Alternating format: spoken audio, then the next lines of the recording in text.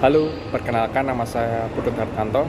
Saya di sini akan menjelaskan pengertian confinite space. Banyak yang harus kita ketahui apabila bekerja di area atau daerah kerja yang ada di dalam suatu ruang terbatas. Banyak sekali contoh-contoh area yang bisa kita ambil.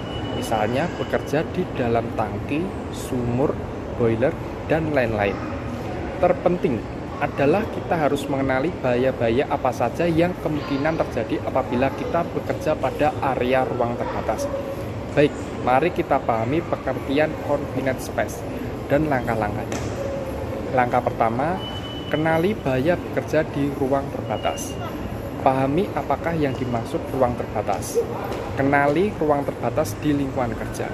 Waspadai gas beracun. Waspadai bahaya rendah tingkat konsentrasi oksigen. Waspadai tingkat tingginya konsentrasi oksigen. Waspadai bahaya yang berhubungan dengan peralatan. Waspadai bahaya yang berkaitan dengan akses. Pastikan pengetesan atmosfer dilakukan. Langkah kedua, yang pertama, kendalikan bahaya bekerja di ruang terbatas. Susun analisis keselamatan kerja atau CSA sebelum pekerjaan di ruang terbatas dilakukan. Lakukan pemantauan udara secara interval.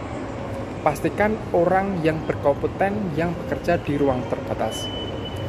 Isolasi bahan pencemar dan sumber energi lain. Stand person harus berada selalu di tempat. Supervisor atau pengawas harus mengawasi langsung pekerjaan di dalam ruang terbatas. Langkah ketiga yang pertama, susunan rencana keadaan darurat sebelum bekerja di ruang terbatas. Susun rencana penanggulangan keadaan darurat. Tentukan tindakan pengamanan dalam usaha penyelamatan. Siapkan peralatan keselamatan penanggulangan keadaan darurat.